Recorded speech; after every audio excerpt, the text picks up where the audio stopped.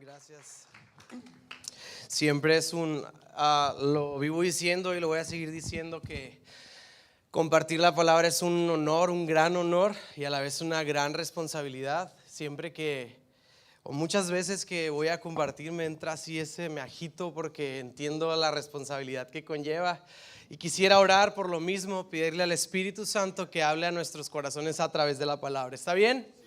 Padre, en el nombre de Jesús, en esta tarde te pedimos que hables a nuestra vida, Dios. Que podamos entender tu voluntad, que podamos entender tu palabra, Dios. Te pido que me des gracia para compartir este mensaje, Dios, que en mis limitantes, Señor, en mi capacidad limitada de expresar tu palabra, tu Espíritu Santo venga y la torne en vida en nuestras vidas, Señor, y que podamos entenderla, Padre. En el nombre de Jesús, todos decimos amén. Bueno, esta palabra la titulé, si me pueden ir proyectando, Primera de Samuel, capítulo 17, el versículo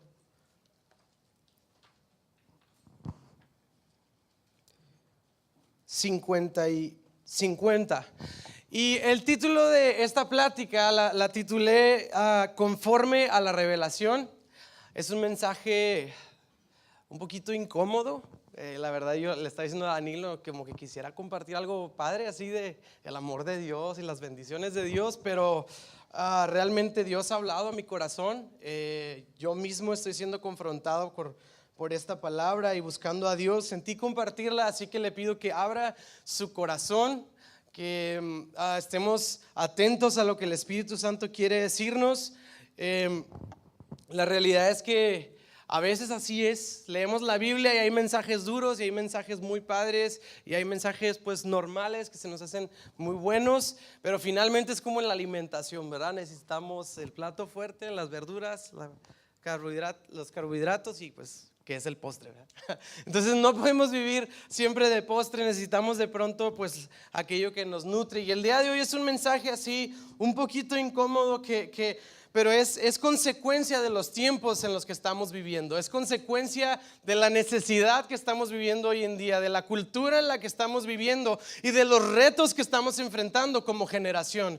Y leyendo este versículo de Samuel, ya conocemos la historia de David y Goliat, y no voy a hablar de David y Goliat, solo quiero mencionar esta parte porque ahí vamos a terminar, donde vamos empezando vamos a terminar. Y dice: y así David triunfó sobre el filisteo con solo una honda y una piedra, porque no tenía espada. Versículo 51. Después David corrió y sacó de la vaina la espada de Goliat y la usó para matarlo y cortarle la cabeza.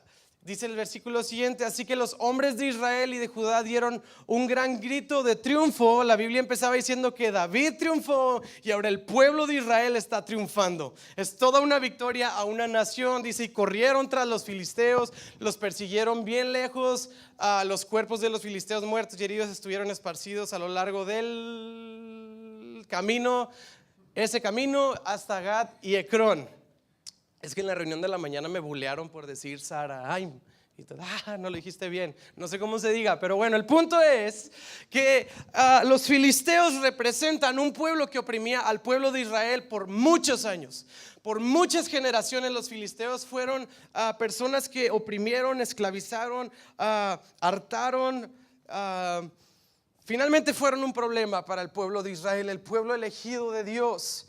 Y en este punto estamos viendo una victoria de cómo finalmente se termina esta situación y Dios termina con el problema a través de David, el problema de los filisteos. Pero el punto que quiero llegar es cómo llegamos hasta este momento, hasta la victoria. Y hay todo un trasfondo detrás de esta historia y eso es lo que quiero hablar el día de hoy. No sé si ya lo dije, el mensaje del día de hoy lo titulé Conforme a la revelación. Ahora, cuando hablamos de revelación, usualmente lo elevamos a un término así medio místico, muy espiritualoide, así como que vi una nube y tuve la gran revelación. Pero la realidad es que la palabra revelación es más cotidiana de lo que a veces expresamos o creemos. Por ejemplo, cuando se usaban las cámaras análogas que pues se revelaba el rollo, ¿no? Y revelar es ese proceso de que algo que no se ve de pronto ya se ve. Revelar viene del griego apocaliptos, que quiere decir remover un velo. Entonces, cuando hablamos de revelación es ver algo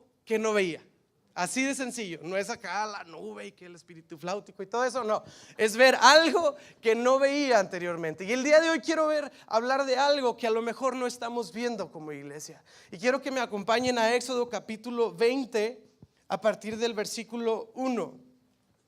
Y ya conocemos esos versículos, son los 10 mandamientos. Todos hemos escuchado de los 10 mandamientos, nos los han recitado toda la vida. Y empieza el versículo 1. Dios le dio al pueblo las siguientes instrucciones. Yo soy el Señor tu Dios, quien te rescató de la tierra de Egipto, de donde eras esclavo. Versículo 3. No tengas ningún otro Dios aparte de mí. Versículo 4. No te hagas ninguna clase de ídolo ni de imagen de ninguna cosa que está en los cielos, en la tierra o en el mar. Versículo 5.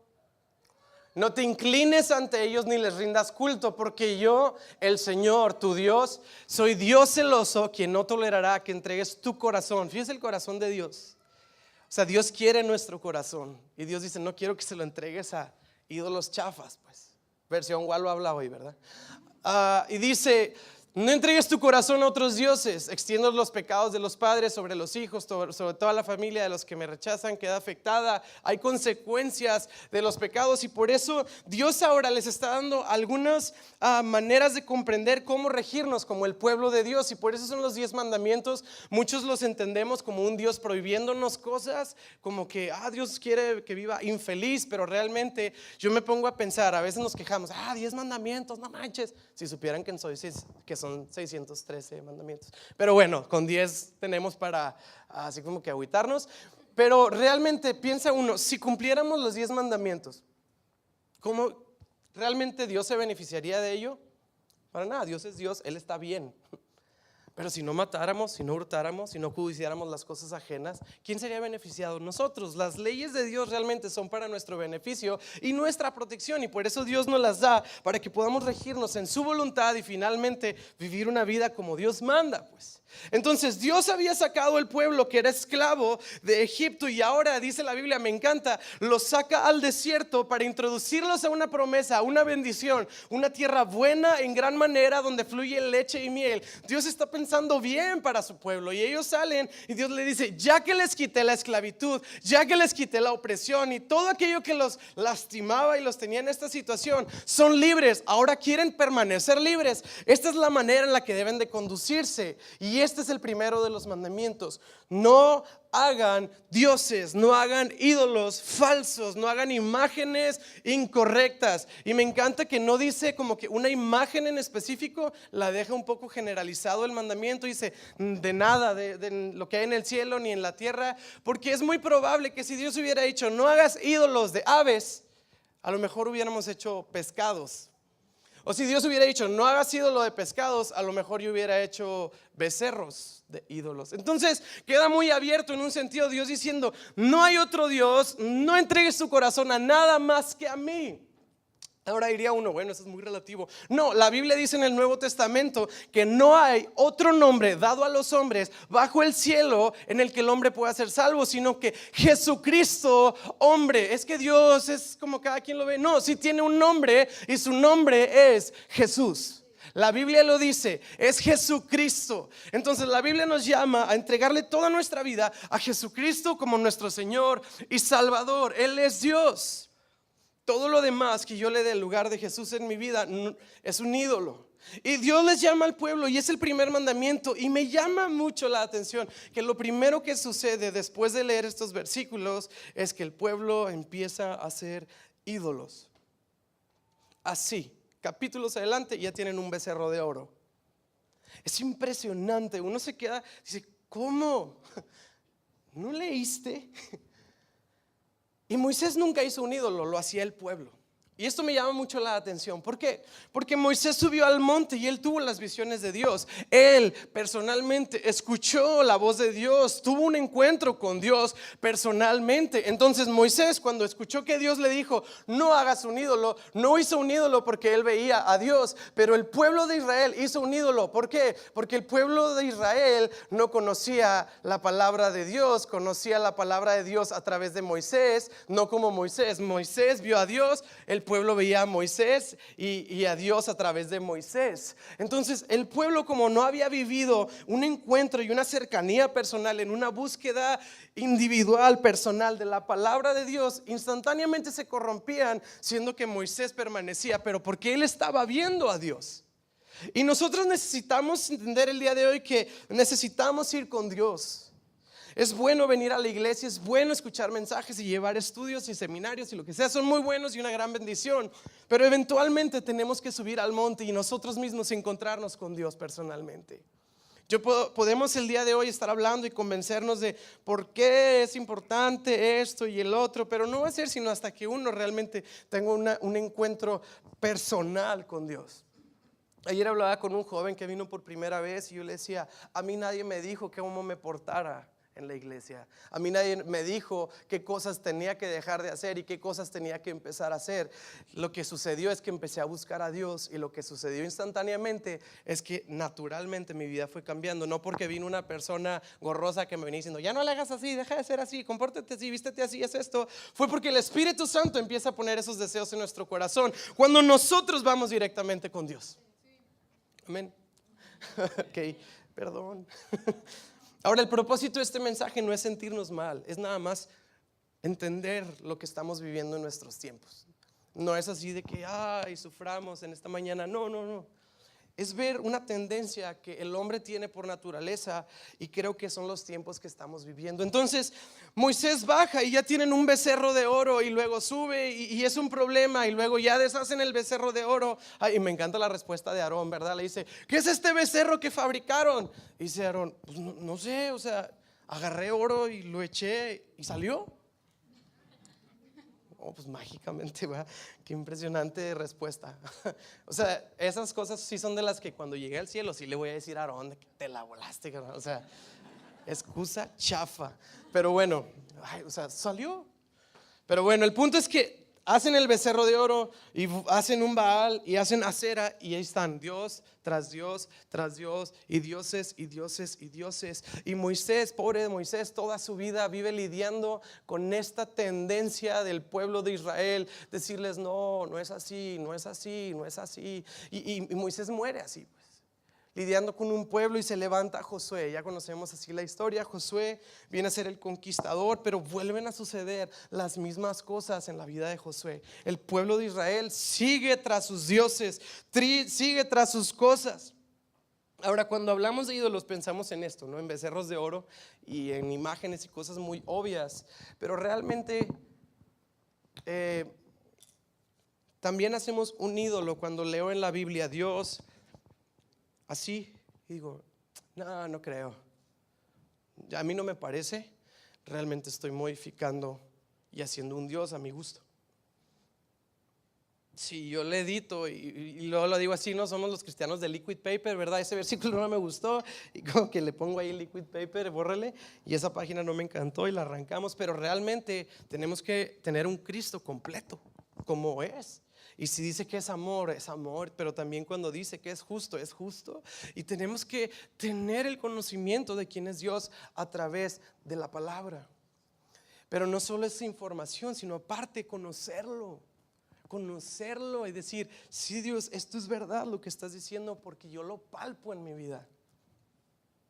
Y luego Josué termina, muere Josué, pasan alguna serie de cosas y viene una temporada que esa es en la que me quiero enfocar el día de hoy, y es la que creo que en nuestros días estamos enfrentando y estamos viviendo, y es el tiempo de los jueces. Hay algo muy interesante en el tiempo de los jueces, y quiero usar un personaje para explicar un poco de qué manera puedo encontrar esta similitud en los tiempos en los que vivimos. Y para esto hay que ir si me acompaña, Jueces capítulo 17.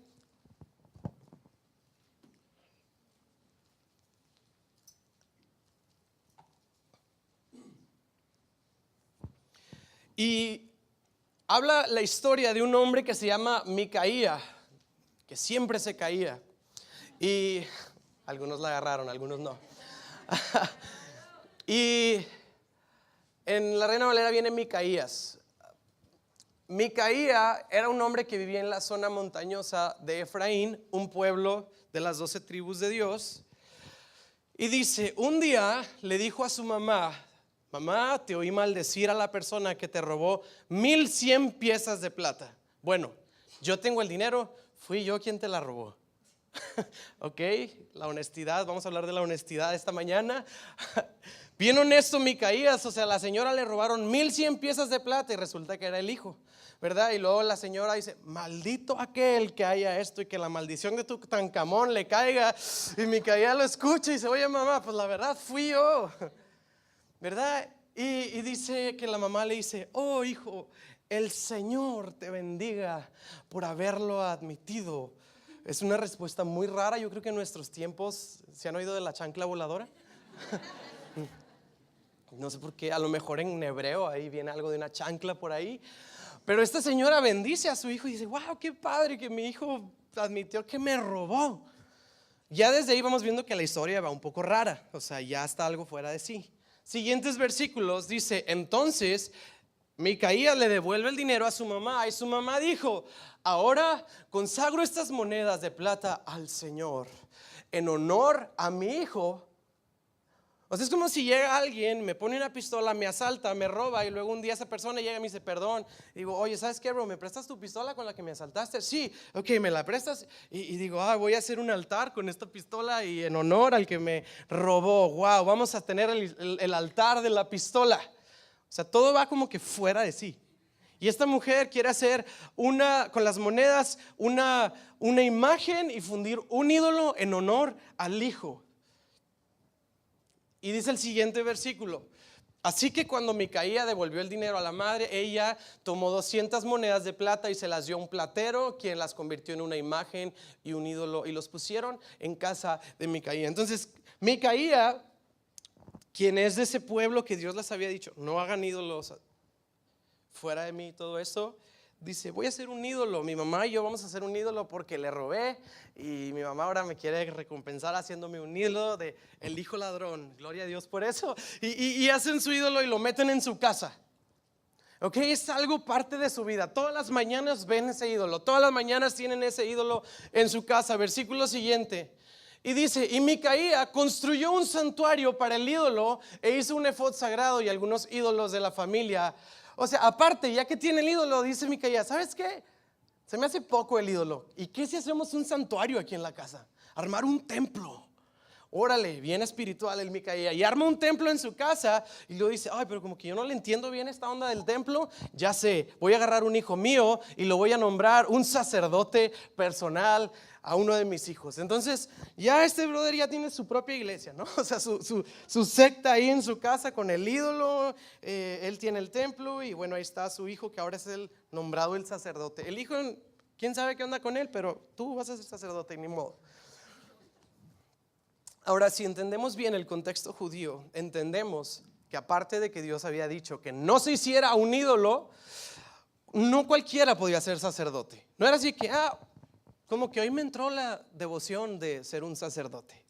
Siento la vocación. No, para ser sacerdote necesitabas ser del linaje de Aarón, de la línea de Aarón, ya sea nieto, bisnieto, lo que sea, pero que fueras relacionado directamente a la tribu de Leví, linaje arónico, y solo ellos podían ser sacerdotes y levitas. Pero este tipo Micaía, aparte que ya está siendo su propio Dios, dice, bueno, aunque los sacerdotes se hacen de esta manera, pues es mi hijo, es mi casa, pues yo hago lo que yo quiero, pues que mi hijo se haga sacerdote, no importa si no cumple todo esto, yo la verdad lo hago de todo corazón. Y ya tiene un hijo sacerdote en su casa. Y luego sigue el versículo y dice, el 7, si te puedes saltar. Dice, y cierto, ok, ahí termina la historia y lo dice, y cierto día llegó un joven levita que vivía en Belén de Judá. Ahora los levitas son de ese mismo linaje de sacerdotes y ellos vivían en el templo del Señor. Ellos vivían para ministrar la presencia de Dios, para adorar, y ese era su trabajo día y noche. Ellos no tenían una tierra, ellos vivían en el templo, en la casa de Dios. Pero de pronto este tipo dice, ya no me gustó, mejor me voy a vivir a otro lugar. Y dice, en el siguiente versículo dice, había salido de Belén en busca de otro lugar donde vivir y viajando llegó a la zona montañosa de Efraín. Mientras estaba de paso se detuvo por casualidad en la casa de Micaía, por algo, ¿verdad? Así llegó ahí y yo creo que Micaía dijo, Dios, o sea, es diosidencia. Se llegó un levita a mi casa y nada más me faltaba la alabanza, necesitaba mi Danilo personal, ¿sabes? Y llega este tipo, wow. Entonces, dice en el siguiente versículo, ¿de dónde vienes?, le preguntó Micaía, y él contestó, soy un levita de Belén de Judá.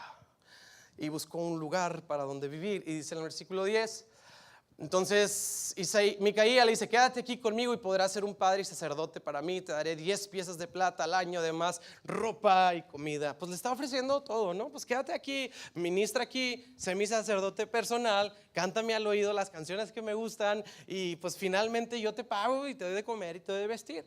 Entonces dice el siguiente versículo que el levita aceptó y pasó a ser como uno de los hijos de Micaía. Entonces Micaía tiene todo su templo, la adoración, el Dios de ahí, su sacerdote que es su hijo, y hasta los está financiando de tiempo completo, ¿no? Y así como que wow, o sea, qué padre. Pero sinceramente vamos a leer un versículo más adelante.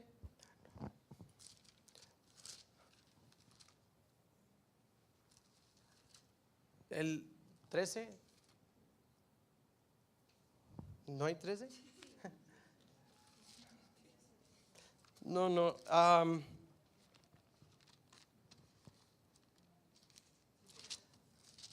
Perdón, no lo tenía abierto. Dice unos versículos ahí mismo en el 17. Dice, hablando de Micaía, dice en el versículo 13, sí, es el 13. Micaía dice, sé que el Señor ahora me bendecirá, porque tengo un levita como sacerdote personal. Y cuando dice esta expresión, Micaía, uno diría, ¿qué sonso pues? ¿En serio? O sea, está haciendo todo lo que la Biblia dice que no hiciera y Dios lo va a bendecir. Y personalmente yo creo que Micaía lo decía sinceramente. No creo que se estaba haciendo loco y que estaba ignorando. Yo creo que Micaía creía que realmente estaba bien lo que él estaba haciendo. Por eso termina expresando, Dios me va a bendecir por todo lo que yo estoy haciendo. Ok, Dios el que te dijo que no hicieras un ídolo y que los sacerdotes están en su lugar y los levitas, tú lo haces todo al revés, pero Dios te va a bendecir a ti. Y yo creo que Micaía dijo, amén, ¿verdad? Él estaba muy convencido de lo que estaba viviendo, pero estaba mal. Más adelante entendemos en la historia, llegan los del pueblo de otra tribu de Israel, los que también conocían todo este protocolo de parte de Dios, y ven a este levita ahí, y yo dije, lo van a matar. Así, ¿qué estás haciendo? Estás rompiendo la ley de Dios. ¿Por qué no estás en el templo? Pero resulta que cuando llegan los de la otra tribu, ven al levita y le dicen, aquí estás. Sí, estoy adorando un ídolo de plata y me están dando dinero y aquí estamos, traemos nuestro rollo. Y yo dije, es el momento, denle con todo, ¿no? Mi mentalidad así de Hollywood, ¿verdad? Así, justicia. Y dice que los de esa tribu le dicen, wow, qué bien, qué padre. Oye, ¿y si consultas a Dios plata por nosotros a ver si nos va a ir bien? Y dice uno, ¿cómo? O sea, y la otra tribu estaba igual. Y lo que está pasando en este tiempo, amado, es algo que los teólogos categorizan como la depravación de Israel. Depravación. ¿Qué sentido es la depravación de Israel? No sé si usted ya ha leído el libro de Jueces, pero si lo lee, o sea, hay películas de miedo ahorita sí, o así de esas muy violentas. No se compara con lo que está escrito en ese libro. O sea, una violencia impresionante, inmoralidad impresionante, tortura impresionante, muertes increíbles. Y es el tiempo de la depravación de Israel. ¿Y cuál es la situación? ¿Qué realmente está pasando? Porque vemos todo este problema en el pueblo de Israel. Un pueblo que al principio estaba cerca de Dios y tenían una promesa por delante y que Dios los quería bendecir. ¿Qué está pasando con ellos? Y la respuesta está en el versículo 17, capítulo 6. Digo, en el capítulo 17, versículo 6. Esta es la frase más repetida del libro de los Jueces, el tiempo de la depravación de Israel. Y dice, en esos días Israel no tenía rey y cada uno hacía lo que le parecía correcto a su propio criterio. ¿Qué está pasando en ese tiempo? ¿Qué es lo que realmente está sucediendo? Ahora, quiero aclarar esto. No somos de la idea de imponer una religión, de imponer una creencia, de imponer una filosofía. Nosotros no creemos en eso, ni desaprobamos totalmente la fe ciega. No, tú crees, no preguntes, tú crees. porque eso trajo la época del oscurantismo y no vemos nada bueno en el tiempo del oscurantismo más que muerte, manipulación, extorsión y muchas otras cosas que hacen daño. Nosotros no decimos, no, fe a ciegas, no. La Biblia tampoco lo aprueba. Pedro dice en uno de sus libros, dice, estén listos y preparados para cuando les pregunten. En otras palabras, si lo pusieran las mías, en mis palabras, Pedro está diciendo, hagan su tarea para cuando les pregunten qué onda con el cristianismo, sepamos qué decir con respuestas coherentes y lógicas y bien preparadas. Pues no sé, pues tú créelo sin saber. Y en este tiempo, como lo digo, no somos en contra del razonamiento, de la inteligencia. Tenemos inteligencia y tenemos que razonar. La Biblia nos llama a eso. Pero el problema aquí es que cada uno vivía según su subjetivo parecer, su equivocado parecer. Una vez siendo expuestos a la palabra de Dios, ellos decidían pensar otras cosas, creer que sabían más que Dios, creer que tenían más sentido sus ideas que las ideas de Dios. Y eso, amados, lo describe en Romanos 1, dice, porque no le reconocieron como Dios, le glorificaron, dice, se hicieron vanos en sus propios razonamientos. Y nos cegamos en no darle chance a entender qué es lo que Dios nos está diciendo. Y este pueblo vivía según su propio parecer. ¿Y qué trajo como fruto esto? La destrucción y la depravación de una nación. Esto es algo muy reciente que hemos estado viendo. No sé si vieron, yo creo todos oyeron la noticia, está la del chango, ¿no? Que le dispararon porque un niño se metió. Y me impresiona, o sea, cómo llegó a ser una noticia tan, o sea, casi es la tercera guerra mundial por el mono. ¿Sí me explico? O sea, se murió un chango, el mundo se viene abajo. Y no me malinterprete, me encantan los animales, pero ¿por qué es tanta noticia la del chango? Y la verdad, o sea, yo abriendo mi opinión personal, ni siquiera es de que si yo tuviera un hijo, no, o sea, si fuera un chavo de aquí del grupo de jóvenes que se hubiera metido ahí, o sea, matamos el chango y, o sea, extinguimos la especie de changos completa con tal de salvar la vida de un ser humano. ¿Sí me explico? ¿Por qué? Bueno, es tu opinión. Hay que entender un poquito que la Biblia sí nos habla de todos los temas en los que hoy estamos discutiendo mucho y es muy clara. Nada más que la tendencia del día de hoy a través también de las redes sociales es que nos juntamos un grupo de personas que tenemos un parecer y una opinión muy personal y entonces lo hacemos público y manifestamos, y ahora el gobierno se ve obligado a tener que darnos gusto a todos lo que todos pensemos y lo que todos queramos.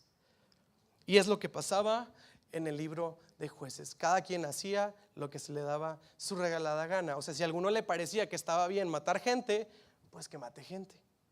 Y si a otro le parecía que estaba mal, pues no lo juzgues, tiene derechos porque él tiene sus propias opiniones. Y el día de hoy estamos viviendo algo similar, una moralidad relativa en donde nada más se está volteando a ver a todos los deseos personales e ideas personales, subjetivas y a veces y la mayoría contrarias a lo que la Escritura establece. Es un tiempo complicado. A mí me llama la atención porque todas las cosas por las que se está peleando y se está luchando el día de hoy, parece, yo digo, hijo, es que de seguro alguien está leyendo la Biblia y dice, vamos a hacerlo al revés. Así parece que está pasando. Aquí dice que no, vamos a hacer protestar en la macroplaza, que mejor sí. ¿Y qué más dice? Vamos a hacer una campaña publicitaria. Y todo lo que se está luchando ahorita es lo mismo.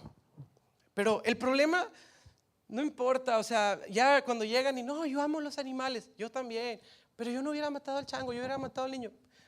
Está bien, ya, o sea, no te voy a decir nada, pues ya haz lo que quieras.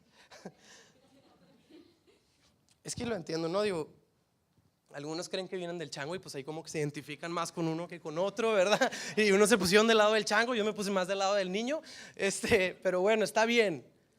Pero el asunto de esto, amados, este es el meollo del asunto al que voy. Antes del tiempo de los jueces, vemos que Dios interactúa con los humanos. Vemos que Dios, a pesar de sus ídolos, a pesar de sus pecados, a pesar de sus errores, de sus rebeldías, Dios sigue estando con su pueblo y les dice, yo los voy a acompañar y yo los voy a bendecir y yo los voy a restaurar. Y pecaban y Dios, perdónanos, y decía Dios, no importa, yo los voy a meter a mis promesas, a mi bendición. Ves a un Dios cercano a pesar de la maldad y los errores. Y la realidad es que tenemos un Dios lleno de gracia y lleno de misericordia, que a pesar de nuestros errores está con nosotros. Esperaba un amén por ahí. Y eso lo vemos desde Génesis hasta la vida de Josué, que a pesar de sus errores, Dios estaba ahí. Pero hay un cambio bien interesante en Jueces. Cuando la Biblia dice, y cada quien hacía lo que era de acuerdo a su propio parecer, no vemos a Dios interactuando, no vemos a Dios obrando, no vemos a Dios hablando, rescatando, salvando, extendiendo gracia, extendiendo misericordia o juicio contra los enemigos. Dios como si se saliera del mapa. Y mi preocupación, mi peligro que tengo el día de hoy, amados, es que si esta es la situación en la que está viviendo el mundo entero, con una cultura globalizada en donde cada quien hacemos lo que cada quien quiera, trae una implicación muy fuerte. La implicación es que no vamos a ver a Dios moverse en el mundo entero. Y luego, ¿por qué hacemos preguntas? Si Dios es tan bueno, ¿por qué no obra ahí con los que les está pasando esto? Y si Dios es tan bueno, ¿por qué no hace lo que están sufriendo allá? ¿Por qué? ¿Por qué? Porque estamos viviendo en el tiempo de los jueces, donde cada quien hace lo que se le da su gana. Una vez conociendo la palabra de Dios, entonces Dios dice, pues hagan lo que ustedes quieren. Y está un mundo sufriente porque decidimos nosotros vivir de acuerdo a nuestras propias subjetivas opiniones y corrompidas que siempre buscan nuestro propio interés. Ahora, yo no estoy diciendo aquí todos somos malos y la destrucción somos nosotros. No estoy diciendo eso.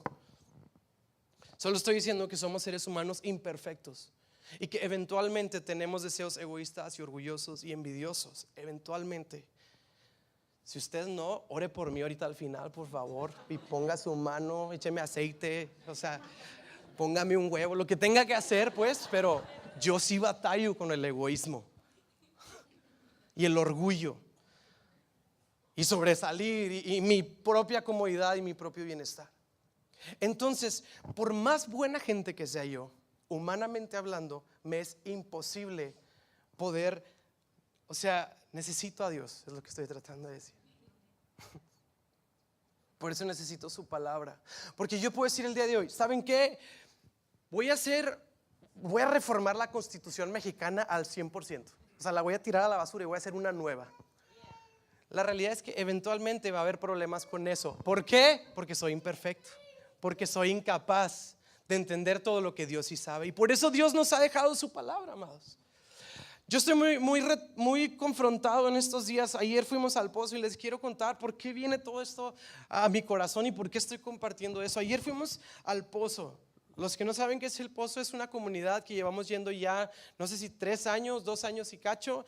Les llevamos despensas, comida, los oramos por ellos, les predicamos el evangelio y hacemos lo posible y lo que esté en nuestras manos para apoyarlos. Es un lugar muy necesitado. Le animo algún día a echarse la vuelta para que vea. Es impresionante. Las casas son pedazos de madera con publicidad política de políticos, ¿no? Así pancartas amarradas con alambre recocido, y esas son sus casas. Ahí viven.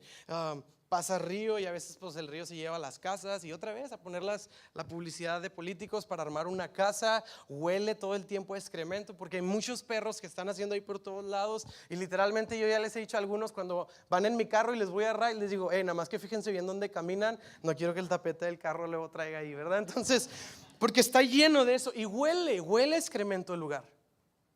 Y fuimos ayer, y cuando uno llega a ese lugar es una impotencia porque reciben la palabra y no me malentiendan en este sentido. La gente es muy agradecida y está siendo bendecida por Dios. O sea, está siendo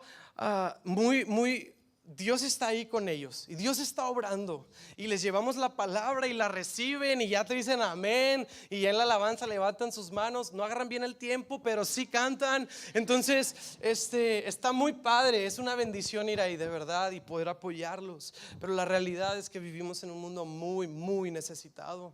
Estábamos ayer ahí y de pronto separamos a los niños y se les hace un show especial, y un niño de ahí se desmaya, se pega en la cabeza y está a punto de convulsionar. Hablamos con la mamá, ¿qué onda? Es que tiene anemia. ¿Por qué tiene anemia? Porque no come. Pues no tenemos para comer. Y dice uno, ay Señor, o sea,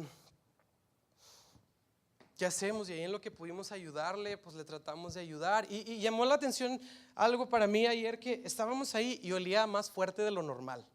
O sea, olía feo, más de lo que normalmente huele. Muy intenso. De hecho, unos de los que en la reunión pasada que fueron me dijeron, con razón, sí olía muy fuerte. Entonces terminamos la reunión, oramos por la gente, oramos por los enfermos, que por cierto hay muchos, y oramos por ellos y se acerca una señora conmigo al final y me dice, oye, no sé si nos pudieran ayudar. Yo, ajá, ¿qué necesitan? Porque les ayudamos en todo. Oye, acaban de operar una señora que si vas para su casa, y ya andamos subiendo a la casa de la señora para orar por ella. Pero esta señora me dice, ¿nos pueden ayudar? Y yo, sí, ¿qué pasó? Es que ayer en la madrugada se murió un señor y ahí está su cuerpo aquí arribita. No sé si nos ayudan a levantarlo o algo así. ¿Dónde está el cadáver? Sí, aquí. ¿Ubica las escaleras? Sí, sí las ubico. Están aquí a 30 metros. Bueno, abajito, ahí está el señor ahí tirado en la orilla. O sea, ¿qué? Y luego me dice, es que ya le hablamos a la policía, le hablamos a mucha gente y nadie quiere venir por el cuerpo. Y está uno ahí y dices, ¿qué hago? Y claro, no voy a ir porque en ese peligro en ese momento llega la policía y, ¿sí me explico? Entonces ya fuimos con la gente encargada de ahí, vimos la manera, nos dijo, no se preocupen, ya esto nosotros nos encargamos y bueno, ya.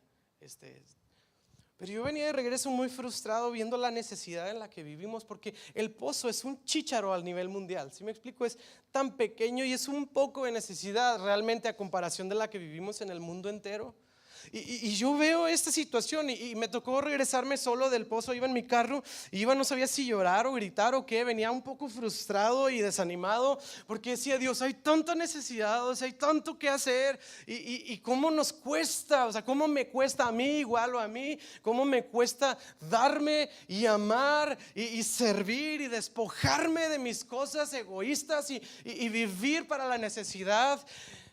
Y me doy cuenta y digo, es que vivo en una cultura que me ha enseñado a no amar a Dios por encima de todas las cosas, sino mis cosas, y amarme a mí mismo y que mi prójimo me ame a mí mismo. No vivimos en una cultura que nos enseña a amar a Dios por encima de todas las cosas y a nuestro prójimo como a sí mismo, porque si fuera así estaríamos viviendo otra cosa. No vivimos así. Yo igual no tengo esa cultura. Y yo ayer estaba frustrado porque decía, Dios, cámbiame, transforma mi vida, ayúdame. Y luego la realidad a la que me enfrento es que sí se necesita pagar un precio. No un precio para agradar a Dios, para ganar su favor. No. Hacerse cargo de una necesidad lleva un compromiso. Estábamos un grupo de estos de Facebook de que compra y venta, ¿no? Y que gente, no, ya no me sirve esto, yo lo vendo, y todos compran, ¿verdad? Y me estaba diciendo Andrea que era impresionante, iba a llover, creo que fue la semana pasada, y señoras de que, va a llover, y yo vi un perrito en Garzazada Cruz con Alfonso Reyes, y al segundo una señora, yo voy por él, y otra señora, bueno, yo le compro las croquetas y lo alimento, ¿verdad? Y así era como un tipo, los Avengers para rescatar al perro, ¿no? O sea, se armó ahí la Liga de la Justicia. Y yo me pregunto, o sea, y el fin de eso es que el perro no se moje, ¿no? Y yo digo, ¿y si hiciéramos así, pero con el vagabundo que está en la calle o el niño que está en la calle, que también se va a mojar, pero es un ser humano? Y dicen, ay, ¿por qué no nos cuesta? Y porque lleva un compromiso. Un perro, le das croquetas, lo acaricias y ya, pues, vuelve a su vida feliz. Pero atender a un ser humano sí lleva un compromiso, pero no hemos crecido en una cultura que nos enseña a suplir la necesidad. Y estoy impotente porque hay un mundo lleno de necesidad, un mundo lleno de dolor, un mundo que necesitamos abrir los ojos. Se nos necesita revelar la necesidad que hay allá afuera. Ignorarlo es como tapar el sol con un dedo. Ahí está, y es mucha la necesidad. Y mi preocupación por encima de todo esto es que a la par de la necesidad, en el tiempo en el que vivimos, es el tiempo en el que cada quien nace según su manera de pensar, y cuando pasaba eso, Dios no se manifestaba. Entonces yo pienso en la necesidad, digo, y peor aún, Dios no se va a manifestar. O sea, estamos fritos. Ahora, no me malentienda, vamos a decir, sí, en Jueces levantó a los jueces, sí. ¿Cuándo? Cuando clamaron al Señor. Ahí Dios abre los cielos y responde. Y finalmente este mensaje va a terminar en esperanza, no se me agüite. ¿Sí? Ahorita leemos al final Juan 3:16 y ya no.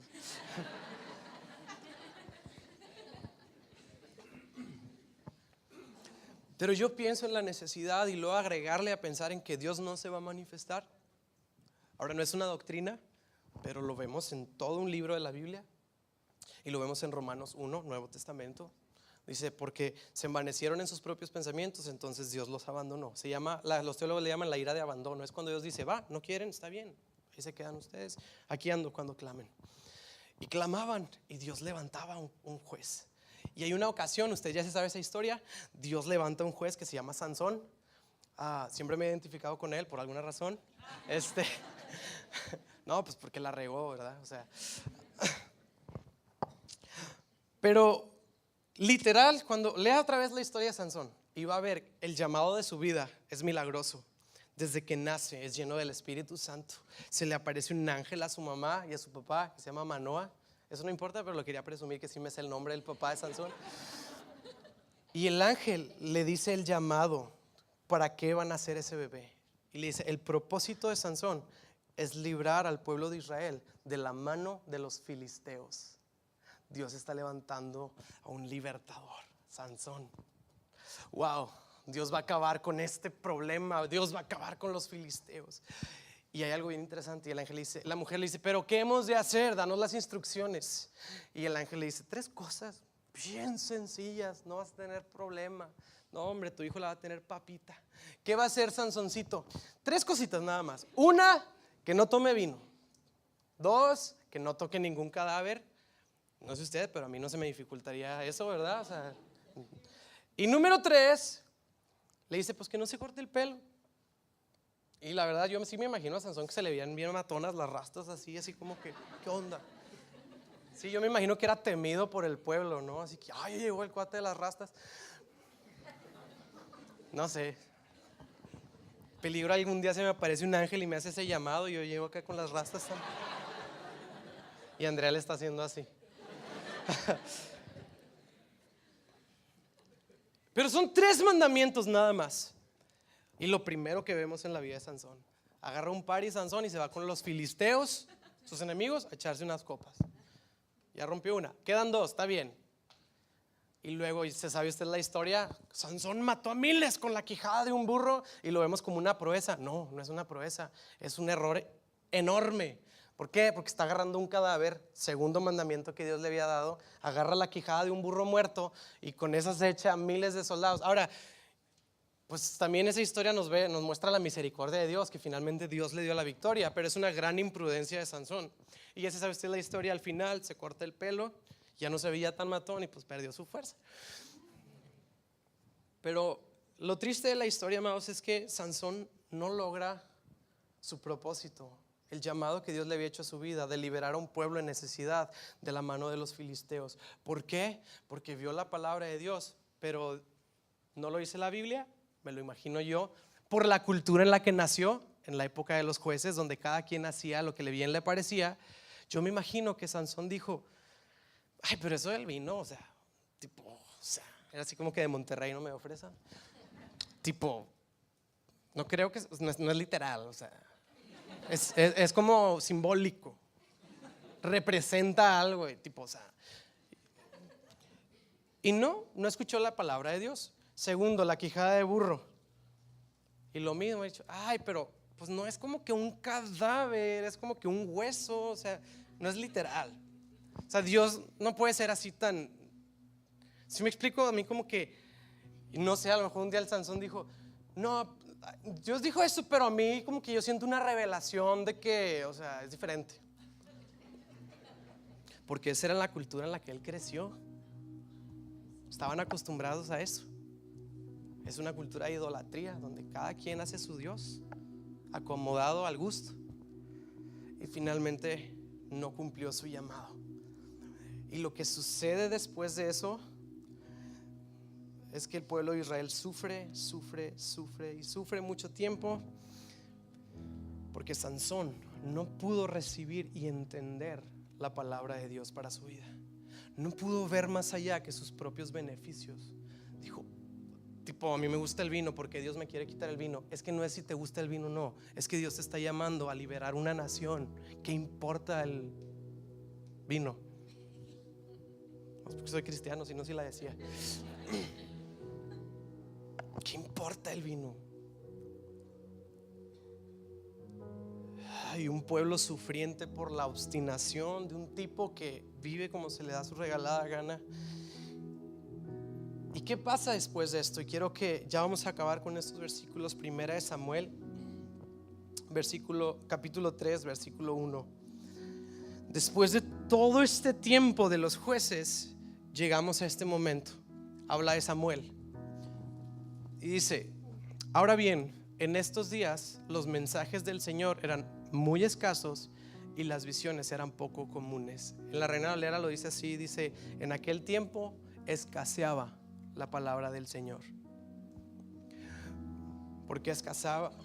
O sea, el que cada quien vivía como cada quien le parecía, toda esa depravación y todos esos problemas, era porque escaseaba la palabra de Dios. Ya nadie consideraba ni le importaba la palabra de Dios, y estaba muy difícil, muy seria la situación, estaban deplorables. O sea, de verdad, lea Jueces a su casa y es una película de terror, de gore, así, gente descuartizando gente, o sea, algo horrible.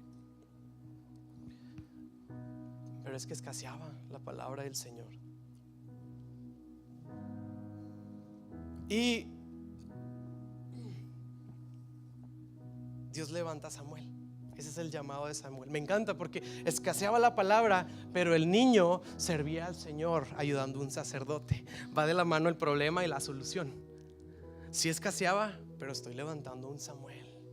Van a ver, estoy levantando un Samuel. Y cuando vemos más adelante que Samuel crece, se vuelve un hombre que tuvo un encuentro con Dios, que lo veía y que lo escuchaba directamente, que adoraba y que estaba en la presencia de Dios y que oía la palabra de Dios y la llevaba a cabo en su vida. Muy parecido a Moisés, como que otra vez Dios está dando una nueva oportunidad con un Samuel que se levanta y dice: no, yo sí, hay escasez de la palabra, pero yo no me voy a quedar ahí. Yo sí voy a ir a su presencia, yo sí lo voy a escuchar y yo sí lo voy a vivir. Yo quiero entender qué es lo que Dios está haciendo y lo que quiere hacer conmigo. Nadie quiere, no importa, yo sí.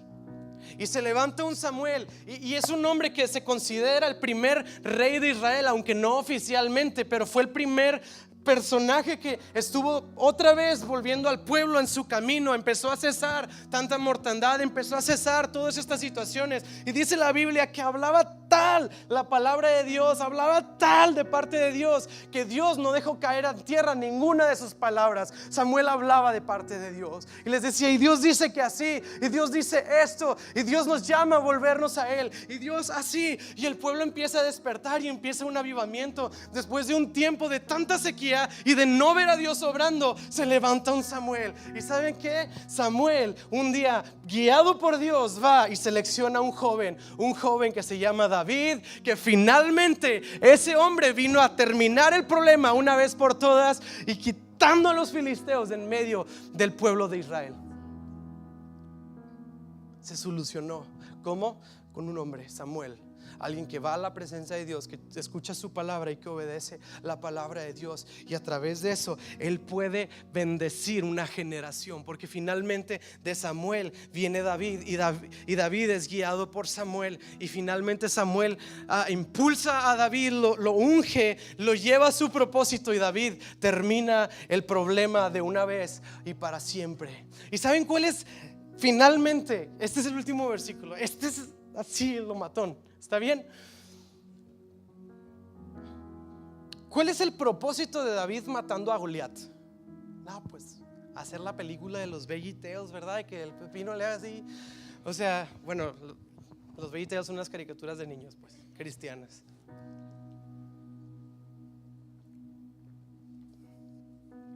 David no dice: voy a matar al Goliat porque es un desgraciado, que sí era. David no dice: me hizo enojar este cuate y ahora sí se las va a ir conmigo. Tiene un propósito, la muerte de Goliat. Entendiendo todo el contexto del cual venimos hablando, el mundo ya no veía a Dios, ya no se abrían los mares, ya no caía pan del cielo, nadie escuchaba la voz de Dios. Había un Dios ausente, necesidad en el mundo. Supongo la desesperación, el desánimo, la frustración del mundo, el enojo contra Dios. ¿Por qué? Si es tan bueno y que esto y que el otro. Y en 1 Samuel capítulo 17 versículo 45 vemos que se pone David enfrente de Goliat. Y Goliat le dice cosas y ya no sabemos esa frase: tú vienes con tu espada y tu jabalina, pero yo vengo en el nombre del Señor de los ejércitos. Está muy bueno ese versículo. Pero fíjense el propósito de la muerte de Goliat y de los filisteos. Versículo siguiente: hoy el Señor te conquistará y yo te mataré y te cortaré la cabeza, y luego daré los cadáveres de tus hombres a las aves de los animales, y todo el mundo sabrá que hay Dios en Israel.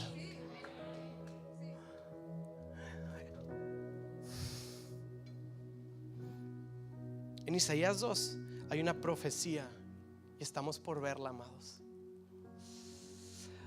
Y dice: y en aquellos días la casa del Señor será el lugar más importante de toda la tierra. Si hay maldad, hay oscuridad y hay mucha necesidad, pero al final dice que la iglesia va a ser el lugar más importante de toda la tierra. Y luego dice esto, dice: y todos vendrán a adorar y a encontrarse con Dios. Pero ¿qué se necesita? Samueles y Davides que digan: aquí hay Dios, aquí Dios se manifiesta, aquí está la presencia de Dios, nosotros vivimos como Dios dice y Dios se mueve, los enfermos son sanados, los afligidos son liberados, Dios está entre nosotros. Y afuera van a decir: nosotros no lo vemos. Ven, porque aquí sí hay Dios y lo vas a ver manifestarse y va a cambiar tu vida. Eso, amados, son la profecía de Isaías 2, que en estos tiempos la iglesia, la casa del Señor, sería el lugar más importante de toda la tierra. No sé si esto mueve su corazón. O sea, si me desmayo es porque ya me alteré de más, pues.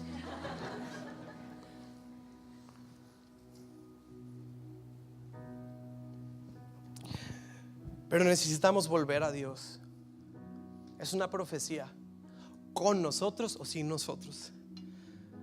Y yo no sé usted, pero yo veo tanta necesidad y yo entiendo que Dios está esperando. Y Dios está abriendo nuestros ojos a una necesidad, y tenemos que abrir unos ojos a nuestra necesidad y decir: sí, Dios, voy a tu presencia. Sí, Dios, dame tu palabra. Pero no somos personas de la palabra. Y luego viene gente como a querer así contradecir el evangelio y todo, y usan frases muy comunes como: ¿y por qué si Dios es tan bueno, se está muriendo en África? Y a veces como creyentes: no sé, Dios sabe. Pero son respuestas muy sencillas, amado, pero no las sabemos responder porque no somos del libro, no somos de la palabra. Y no la entendemos. ¿Por qué? Porque no la vivimos. Muchas veces entendemos y luego lo pones en práctica y le dices: wow. Muchos de los mandamientos se vuelven gozo cuando los empiezas a vivir y ves por qué Dios los estaba haciendo, por qué Dios lo estaba pidiendo. Pero necesitamos volver a la presencia de Dios, amados. Vivimos en una cultura muy acelerada y muy apresurada y muy distraída, y hay tanto que hacer todo el tiempo. Y sí hay. Uno a veces en el ministerio está igual, no tiene ni chance de orar. Y ¿qué? Sí.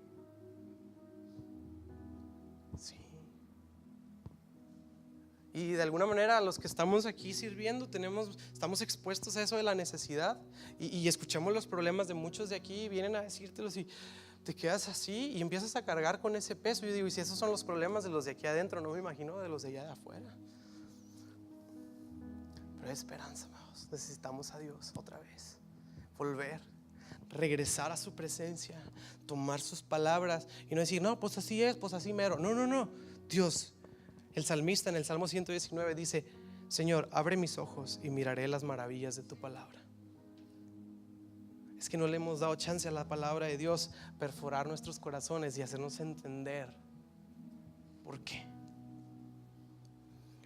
Pero, amados, es nuestro tiempo de que la gente allá afuera que no ve un Dios manifestándose lo vea. Y para eso estamos aquí. Y yo le quiero animar fuertemente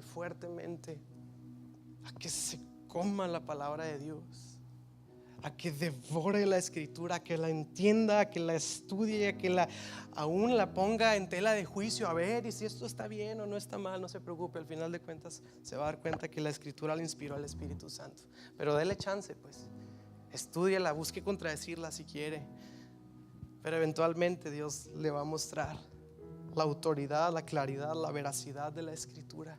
Pero necesitamos volver a Dios, y por eso este tema se llama conforme a la revelación. Necesitamos vivir conforme a la revelación correcta de quién es Dios a través de la escritura, no a la revelación personalizada, idolatrizada que a veces tenemos.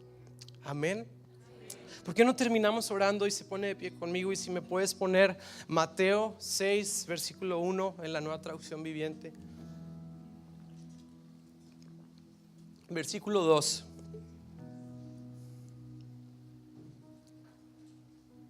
Perdóname, 5, versículo 2. Y Jesús dice estas palabras y es un mensaje que he tenido y no me lo he podido quitar. El 3, perdón. Y dice Jesús: Dios bendice a los que son pobres de espíritu y se dan cuenta de la necesidad que tienen de Él, porque el reino de los cielos les pertenece. Yo no sé, pero yo me estoy dando cuenta que sí lo necesito.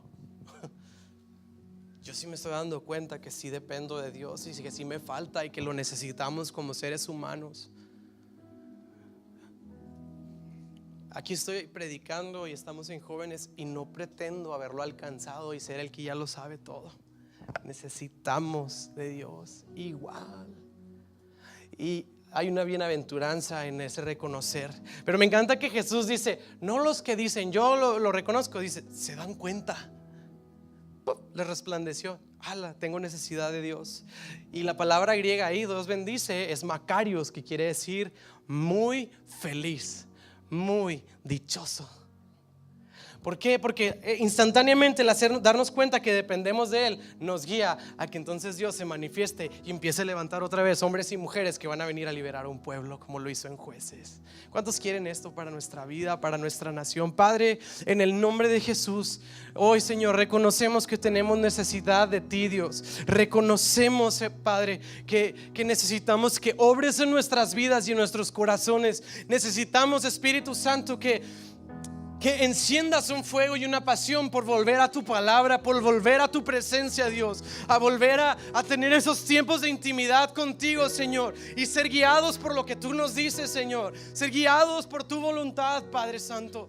Te pedimos en esta hora, Dios, que en este tiempo, Señor, tan complicado y tan difícil que vivimos, manifiestes tu gloria. Levántanos, Dios, levanta hombres, mujeres, jóvenes, adolescentes, niños, Señor, que son levantados, que son llamados con un propósito eterno y glorioso para venir a mostrar a este mundo tan necesitado que hay un Dios, que hay esperanza, que hay salvación en Cristo Jesús, que hay nuevos comienzos, Señor. En el día de hoy te pedimos, Padre, enciende nuestros corazones, Padre. Enciende nuestros corazones, Dios. Ayúdanos a voltear a verte, Dios. Ayúdanos a conocerte y ayúdanos a tener la revelación de quién es Cristo, y que esto transforme nuestras vidas radicalmente, y que esto sea a través de la revelación de la Escritura, Padre. En el nombre de Jesús oramos, Señor.